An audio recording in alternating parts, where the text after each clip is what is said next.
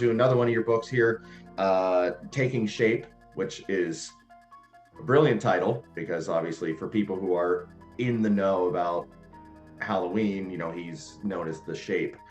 So very nice there. Can you tell us about, Taking Shape and what went into writing, that particular book? Yeah, so this is my fifth book, Taking Shape, Developing Halloween from Script to Scream. And I've always loved the Halloween franchise. I came in just after Halloween 6, and I've loved every movie since. I even have a little soft spot for Resurrection. And I wanted to write a book on it, but I knew it couldn't be my first or second book. I had to build up to it because it's such a huge franchise with such a passionate fan base. And so for my fifth book, I was finally ready to write a Halloween book. And by that point, there were 11 movies, I think. Yeah, 11. And so I knew I couldn't do my usual approach because with 11 movies, that would be a 1,200-page book. That would, because I would do casting, writing, filming, editing, effects, the masks, the music, It's too much for 11 movies. And so I thought, what fascinates me about filmmaking in general, and also you can see it on Slash the Titans, is the narrative development, the development process, where they say, here's the original idea for this movie, how do we expand it into a full film? And so you've got the treatment stage, you've got the script stage where it's being written and rewritten and deleted scenes and new ideas and original endings. That fascinated me. And so I thought, how cool would it be to attack the Halloween franchise from that perspective? And so that's what the book is. I was really fortunate because as I started this, I was only a few months into it when I came across a guy online named Travis Mullins, who writes for Dread Central. And I originally wanted to license an interview from him because he had an interview that I couldn't get. And I thought, well, just let me use his interview. And the more I talked to Travis, the more I realized this guy really knew his stuff with Halloween and was a good writer. And I pretty quickly enslaved him as my co-writer. And so for the first time, I had a co-writer on that book. And we had a great time just diving through the 11 Halloween movies and looking at all these different versions of the script, but also looking at different versions of the movie and things like that. And it was a really good time. And I do think that Halloween is so successful in its simplicity, and I mean that in a good way. And and I'm a fan of many of the sequels, some I'm not here, but do you think that the sequels kind of lost that simplicity of this is just a random guy who stumbled upon these women babysitting one night and it was just a horrible coincidence that they were attacked? Did the movies just get too into themselves or too convoluted as they went on? Oh, for sure. Yeah. I mean, and we say this in the book, the original Halloween was so successful because it is deceptively simple. I mean, we love to read into it and try and connect these tiny plot points and scan every scene and shot for detail, but really it's not that complicated. It's not that complex. The sequels, sequels are such a double-edged sword. When we love a movie like Halloween or Jaws or Phantasm or anything else, we love spending that time in Haddonfield so much, we want to go back. We want to go back and spend more time there. We want a sequel. But a lot of times sequels can't help but be inherently lesser than their original film because a lot of movies don't need a sequel. Halloween really probably didn't need a sequel if we're being honest. The same with Jaws. But we love going to Amity Island. We love going to Haddonfield. And I personally hope we never stop going back because I love the sequels. They have, are they a drop off in quality and do they overcomplicate the plot? Yes. But they also can bring new and fresh and fun ideas. And I guess in the end, we just hope the trade-off is worth it. That's my 2 cents. And how did, Carpenter and Hill decide to write a movie about a babysitter killer, so to speak? Yes, it really kind of came from John Carpenter. They both pulled on their own experiences with it because in college, John had spent some time at a psychiatric hospital as a student and observed some things that really stuck with him. And So he was able to bring the slasher, kind of the unhinged Dr. Loomis Michael part of the story there. And then Deborah Hill, having been a normal American teenage babysitter, was able to bring that component. And they would each take a pass at the script, and it just blended so wonderfully into something great. And one of the things you hit on in the book is what scholars got right, and then also what they got wrong. Can you briefly discuss, like, what that whole chapter is about? Yeah, we do. We talk about, I say that we overanalyze Halloween, and then we go and do it in the book. So completely hypocritical. But we talk about there's a lot of, not only do people get some things wrong about Halloween in terms of a lot of the psychosexual analysis, but it's funny how it's evolved over time. When Halloween first came out, feminist groups were decrying it as an attack on women. And Deborah Hill was so offended by that reading of the movie that it's anti-women. And it didn't take but a few years for the concept of the final girl to come out and for people to start reading the film differently and say, actually, it's kind of empowering that this young woman is the only one that can stop this horrific monster. And so suddenly the movies became pro-women until you get to the point in 2019, I guess, where the Blumhouse Halloween, people are calling it a feminist horror movie. I mean, that's so far removed from this original reading of Halloween. Now, one of the films that I love in the series is Halloween 3. And, I appreciate that it's, a different take, but was it Nigel Kanellis, who I'm sorry if I'm butchering his name, like, what was his original screenplay idea for Halloween 3? Yeah, Nigel Neal was a British screenwriter who, he did the original version of Halloween 3. And we were fortunate. That version of the script has never really gotten out. It's impossible to find. And Travis and I were so lucky that we were actually granted access to that script in writing the book. And the original version is pretty different, but still similar enough that you can see how the ideas evolved. Nigel Neal was so stubborn that he turned in his script, and John Carpenter and Tommy Lee Wallace, who directed Halloween 3, they were like, okay, this is good. We just want to make a few changes because we have some notes. Nigel was not having it. He was not going to have anyone change anything about his story. And he sure as hell wasn't going to be the one to change it. So the notes went nowhere. And so John Carpenter said, okay, well, I'll rewrite the script. I'll do a pass at it. And even Tommy Lee Wallace said, I think we can make it better. And then Tommy Lee Wallace did his own pass at it. Well, by the time it got to the final version, Nigel Neal was so unhappy with what they had done, he took his name off of it, which not only deprived himself of credit, it deprived himself of royalties. He was living his word. He really was, because he took a financial hit by not doing it. And I love Halloween 3, but I think the final version we got was better than the original script. The original script had a few ideas that were a little over the top. For example, at the end, the final ceremony where Connell Cochran is in the Silver Shamrock lab and the commercials playing, and Dr. Chalice thwarts his plan. He throws all the microchips into the computers and everything's exploding. In the original script, Connell Cochran grows, like he gets bigger, like as tall as the building. What is he, like 16 to 20 to 30 feet tall in the script? That's a bit much. Like, I thought Connell Cochran was a great villain, but I didn't need him to be a kaiju. So that's one of the things that I'm glad they changed, because Halloween 3 is so bizarre and outrageous anyway that you have to be careful you don't take it too far. And most, if not all, the scripts, except possibly the first one, what we see is far from the first draft.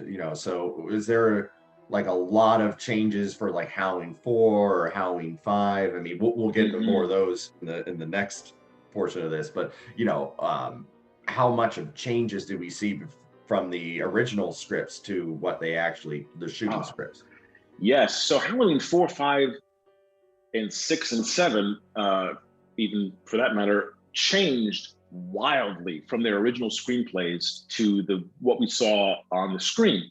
Halloween 4 and 5 actually had a screenwriter by the name of Shim Bitterman, who was uncredited on Halloween 4. He was credited on Halloween 5, even though nothing he came up with made it into the movie. They literally, Dominique Othen and Gerard dropped his screenplay in the trash can when he came onto the project in front of Mustafa Akkad. So like, we've never known anything about his Halloween 4 and 5 scripts. And he's also never spoken about it publicly. He's never gone to a convention. He's never done an interview. He's never been on a commentary or bonus feature. And so to have him, we got him for the book. We were able to get access to his original screenplays. And to him, he talked about it. After 30 years, he finally reflected on his Halloween 4 and 5 screenplays. And they're fascinating. So fascinating. In Halloween 4, for example, in his version, it's still got Jamie Lloyd, you know, Michael Myers' niece. But in his Halloween 4, she's not scared of him. She's not having nightmares of her uncle. She wants to reconnect with her uncle because that's the only family she has left. So in his Halloween 4, little Jamie Lloyd thinks everyone has him wrong. He's not a bad guy. He's just misunderstood, and she wants to like connect with him. Kind of scary that this little girl is like has such a warped perception of her uncle. Halloween 5 was the one, you know, Halloween 4 ended, as a lot of people remember, with Jamie Lloyd attacking her foster mother. Shocking. Like, okay, we all thought Jamie Lloyd's now going to be evil. She's been somehow infected by her uncle's evil. Then Halloween 5 starts and they completely double back on the idea and she's back to being Jamie Lloyd, more or less. Shim Bitterman's original Halloween 5 continued with the idea that Jamie Lloyd is evil. And so his Halloween 5 opens up and she's still killing people. She kills someone in the first 10 minutes. And all of a sudden, you know, there's 2 killers in that Halloween 5, Jamie Lloyd and Michael Myers. And you've got Rachel and Dr. Loomis racing to try and stop them both, but somehow save Jamie's soul. I mean, it's a much, much more complex, I think, story than what we got. I would have liked to have seen it personally. But we, you know, and that's in the book too. We cover the original Halloween 4 and 5 in great, great detail. Yeah, that would have definitely made, you know, I think a much better, you know, 5th movie. But that kind of leads into my next thing here is that I think it's fair to say that test audiences and executives played a big part in shaping these movies. Is that fair? For sure. And I'm glad you said that because it's not really the director's fault in Halloween 5 that Jamie Lloyd wasn't evil. There were mandates from theater owners like, hey, you know, if the next movie has a little girl killing people, we can't put that in theaters. And Halloween 4 and 5 were the last, you know, those 2 movies were made independently by Mustafa Akkad, but with Halloween 6, you had Dimension and by connection Miramax involved. And that's when there really became a lot of studio interference, big time. You had executives and test audiences and producers and people connected to the movie that were very opinionated, some of whom knew what they were doing and made great decisions, and some of whom were absolutely clueless. So clueless. I mean, test audiences, it's a great thing to test your movie with a test audience. You can get great feedback, but you have to be able to interpret the feedback. And you have to know when the test audience is completely full of shit. Because I'll give you an example. On Halloween Resurrection, they showed that up in Jersey to a few test audiences, and the feedback they got was, this movie's good, but you know what it needs? More Busta Rhymes. It needs a lot more Busta Rhymes. And the director, Rick Rosenthal, saw that in the test results and said, okay, let's go do some reshoots and we're going to put a lot more Busta Rhymes in the movie. And suddenly we've got Busta Rhymes karate chopping Michael Myers, which is not okay. Yeah. Yeah, pretty much. You know, what went so wrong with Halloween 6? Because that seems like that was the biggest disaster in terms of production. Like, I'm not saying the film, that's, you know, person opinion to opinion, but just in terms of making one of these movies, it seemed like that was the hardest production they've ever had with one of these. Yeah, I love Halloween 6, but I have to admit, it's a complete narrative train wreck. and it's such a tragedy for the people involved. I feel so bad for the screenwriter Daniel Ferens, because he's a wonderful and very creative guy. We were able to interview him for the book and hear his story, and I don't know how he has remained so like zen about the whole experience, because I would be pissed off. I would still be pissed off if I were him, but he's not. He's very gracious and a real sport about it. But the problem with Halloween 6 is it didn't start with Halloween 6. It started with Halloween 4, which is they started realizing to get people to come back to see the next movie, you have to have a hook. You have to have a little cliffhanger. And so with Halloween 4, it was Jamie Lloyd murdering her foster mother. People are going to come back to see what happens next. With Halloween 5, it was Michael escapes from the Haddonfield jail. So they left these huge cliffhangers with no idea where they were going. There was no narrative blueprint for the story going forward. So they started introducing elements like the Man in Black in Halloween 5. They're writing these really big, impactful storylines without having any idea where it's going. No clue. And even worse, the filmmakers from Halloween 4 didn't come back to do Halloween 5. And the filmmakers from Halloween 5 didn't come back to do Halloween 6. So you've got plot lines that are being punted to the next team of filmmakers who had no role in starting that story. And that really came to a head on Halloween 6 because they had to start giving answers to what the hell's going on. And Mustafa Akkad had one idea. Daniel Ferens, the screenwriter, had another idea. The director, Joe Chappelle, had a third idea. And Bob Weinstein with Miramax Dimension had a completely separate idea. And those came to a head during the making of that movie. And so that's where all the chaos comes from on Halloween 6. Gotcha. It's fascinating. Now, Halloween H2O, that was supposed to be a direct-to-video situation? Yes. Yeah, Robert Zappia, who was he was the original and also one of the final screenwriters on Halloween H2O. When he was hired to do that movie, he was hired before Jamie Lee Curtis was involved. So it wasn't Halloween H2O, it was just Halloween 7. And he wrote a screenplay called Halloween 7, Two Faces of Evil, which is a pretty slick screenplay. We dedicated a chapter to it in the book, and we interviewed Robert. And at that point, he was told, just so you know, Halloween 7 is going direct to video, so scale it down. Scale down the budget, scale down the action set pieces, and completely ignore what happened in Halloween 6, because they didn't see any benefit in continuing that storyline. They thought that was a lost cause. So they wanted to be fresh and original and just kind of just pick up. And so it wound up being about, the original Halloween 7 was about a magician who was obsessed with Michael Myers, and also he's a bit of a copycat killer. And so throughout the movie, we know the shape is loose, and we know the copycat killer is loose, and you're trying to figure out who killed who. Who are we watching on screen? Is this Michael Myers or is this the copycat? That added a pretty interesting element to the story, I thought, and I thought it could be done well. But at a certain point, after he'd written his first draft, Robert was told that Jamie Lee Curtis was involved, and that completely changed everything.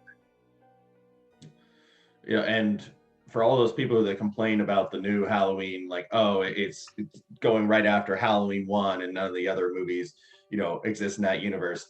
Halloween H2O did it first, where they just cut out Jamie Lloyd completely. So, it's something to think about. But what's so terrible about that is that it didn't start that way. They didn't plan Halloween H2O to ignore the continuity. It kind of evolved after they were making it, because earlier script drafts of Halloween H2O very much acknowledged Halloween 6. I mean, there's one point in an earlier draft where their authorities are figuring out that Laurie Strode faked her death. They go and dig up her coffin in Haddonfield, and they find an empty grave.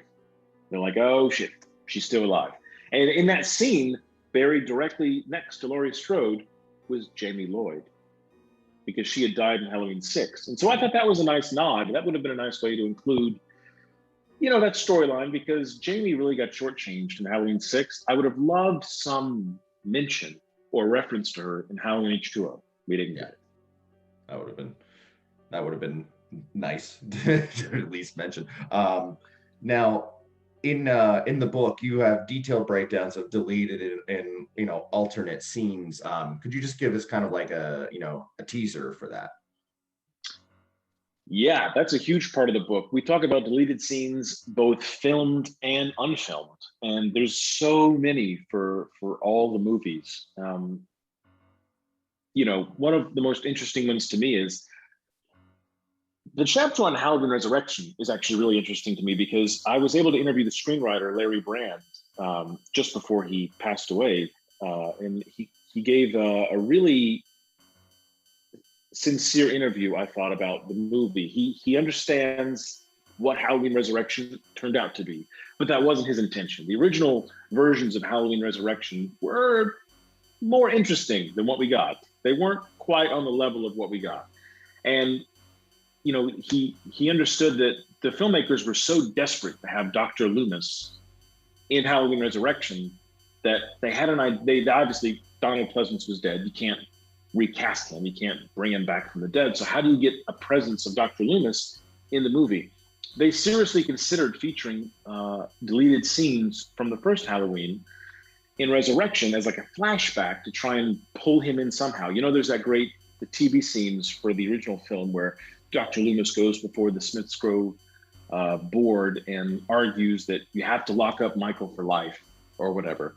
Yeah. The filmmakers on Resurrection really tried to find a way to rope that into Resurrection to give it more of a connection to the earlier films, because Resurrection, you just have Laurie Strode dying in the first 15 minutes, and then it feels pretty disconnected from the rest of the series. I don't know if having Dr. Loomis pulled in that way would have helped it, but it's a nice intention, I thought. Yeah, absolutely. And in the book, the description of it is, the ultimate guide to the first 40 years of Haddonfield history. How has the series been able to stick around for 40 years? Well, and then some. Man, some people would say it's all about the mask. That over there, that mask, that's the H2O mask. They say that mask alone will carry this franchise for a long time. Other people would say the music, that theme song, would carry it forward. Other people would say it's just a great story. I don't know, maybe it's all of them.